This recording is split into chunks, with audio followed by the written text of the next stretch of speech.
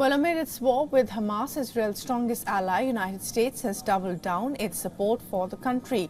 The October 7th Hamas militant attack has resurrected the relationship between the two leaders, which had seen strained relations for some time over issues such as the Israel judicial reforms and the ever-expanding Jewish settlements.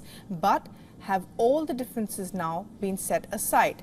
Though the U.S. has lent its outright support to Israel, there appears to be a shift in Washington's tone.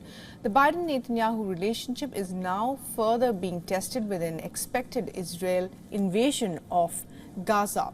Reports have been indicating that the U.S. has asked for a delay in the ground attack in hopes that more hostages could be released and more aid could flow into Gaza.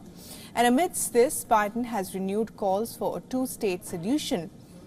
He has talked about the path towards peace that must follow the ongoing war. He says as the war concludes, there must be independent states for the Israeli and Palestinian sides and an integration of Israel among its Arab neighbors. It also means that when this crisis is over, there has to be a vision of what comes next. And in our view, it has to be a two-state solution.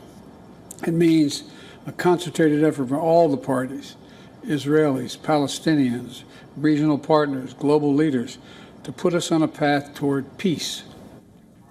Biden's rhetoric seems to be shifting and is now more focused on the humanitarian aid and protection of civilians. The U.S. president has already warned that an Israeli occupation of Gaza would be a big mistake.